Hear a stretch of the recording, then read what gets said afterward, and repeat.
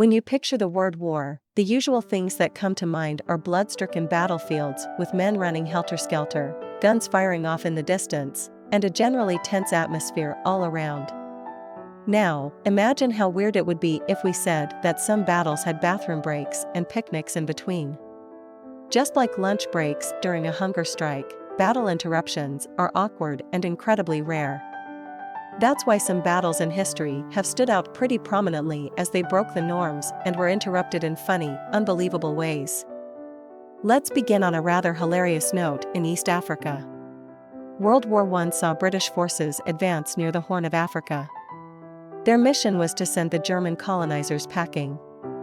Major General Arthur Aiken led the British charge of poorly trained and informed soldiers. On the German end, no stone was left unturned in defending their treasured territory. As both parties advanced for a feast of blood, sweat, and tears, an unwelcome guest arrived. It turned out that both armies were unaware of bees in the area. A swarm of angry bees, unfazed by arms and artillery, soon joined the fight and took no sides while terrorizing them with their stings.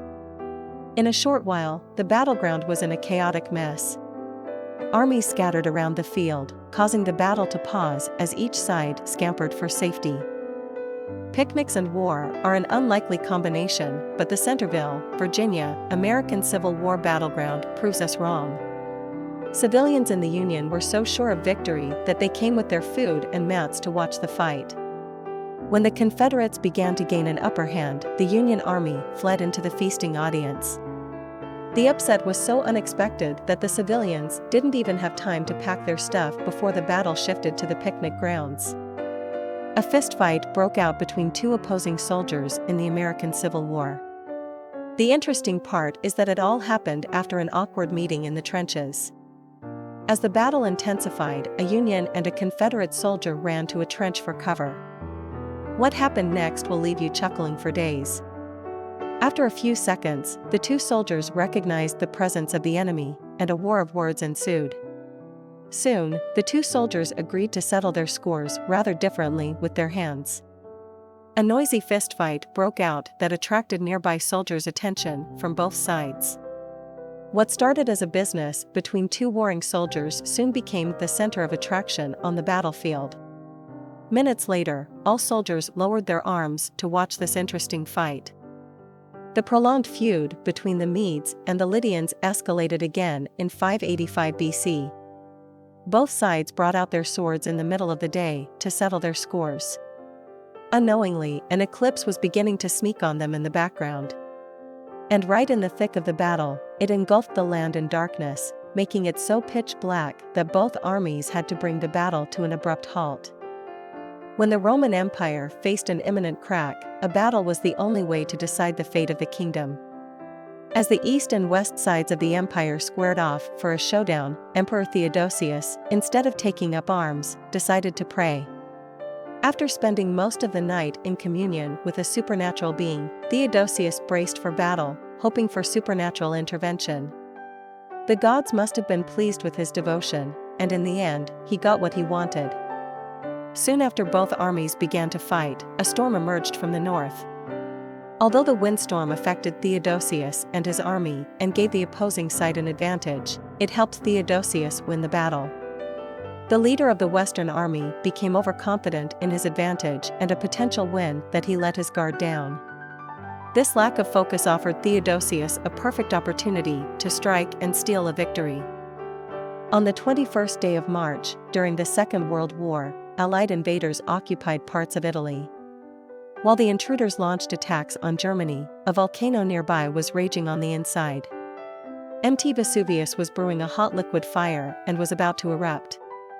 A rain of mountain rocks from the sky soon descended on the Allied army camp. The army suffered a high casualty and destruction, which included military hardware and much more. During the Third Mithridatic War, lasted from 76 to 63 BC, the Roman politician, Lucullus, attained prominence. The politician and war commander squared off against the Pontus kingdom, led by King Mithridates himself. Just as the battle was about to begin, a giant meteor, described as having the shape of a hog's head, fell between the two armies. This large extraterrestrial fireball seemed like an emissary from the gods, a sign of divine disapproval. Soon, both parties decided against annoying the gods any further and laid down their arms. They agreed to call it quits and obey the will of the gods. This was how a sign from the gods ended a battle before it began. By the late 1930s, tensions between the Chinese and Japanese had escalated. This was due in part to provocative military drills by the Japanese near Chinese camps. During one such exercise, a Japanese soldier, Shimura Kakujiro, went for a bathroom break without notifying his colleagues. His absence was soon noticed, and suspicion grew in his camp against the Chinese. The Japanese stormed the Chinese camp, demanding a search for their comrade. The Chinese declined their request, setting off an unplanned battle.